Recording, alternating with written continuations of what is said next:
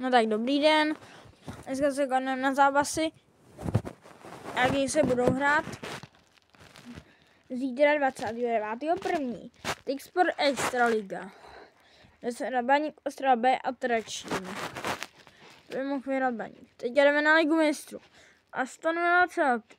Když se koukneme na tabulku, tak jak to dopadne? Hledátej Celtic.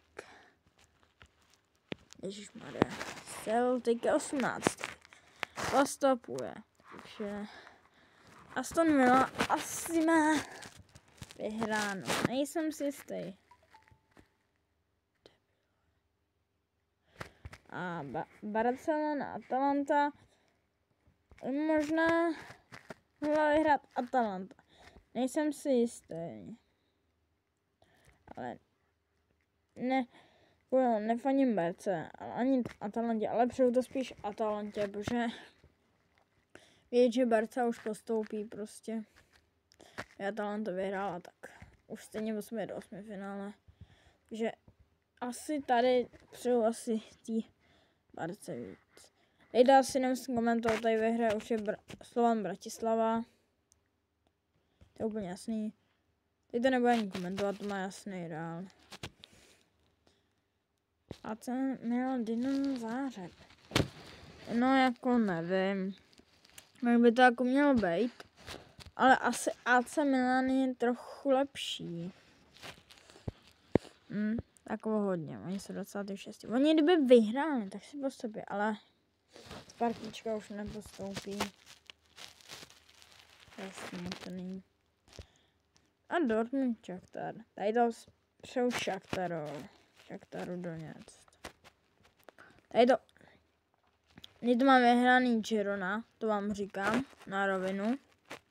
Girona, takže hezky. Inter Monaco. Tady to přeju tomu Monaku spíš.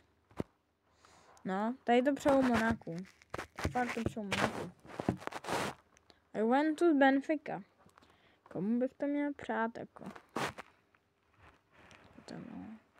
Juventus, Benfica. Benfica určitě potřebuje vyhrát. Takže spíš Benfica, když nad Barcou prohráli o gól. A Sparta Leverkusen. Tady to má asi vyhraný Leverkusen. Patrik a Adam. Super. Feyenoord, nebo komentovat. Manchester potřebuje okamžitě vyhrát, aby ještě mohli postoupit. Ale nejsem si jistý. PSV, Liverpool. Tady to asi přeju víc tomu PSV. No, co tady máme dál? Salzburg, Atletico, Salzburg! Čiže hraje tady ten teplo už.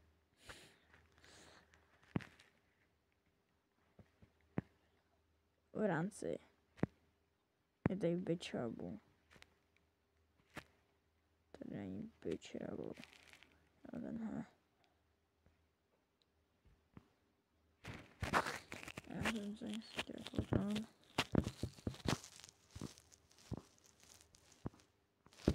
Jaj. GG.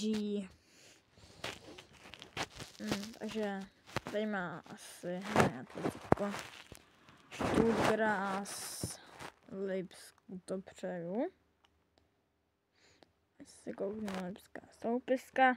Dali Bičavu. El Chadaile Bičavu. El Chadaile Bičavu.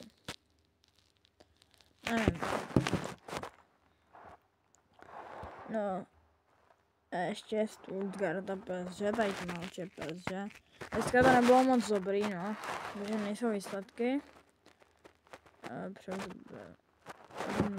Takže nashledanou, uvidíme se